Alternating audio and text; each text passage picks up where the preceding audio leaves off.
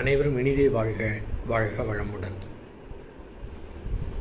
நம்முடைய மனதிலே ஏற்படக்கூடிய துன்பங்களை, துயரங்களை தாழ்வாக மதிக்க வேண்டாம். அத்தகைய துன்பங்கள், துயரங்கள் அளப்பரிய ஆற்றலை தன்னகத்தே வைத்திருக்கின்றன.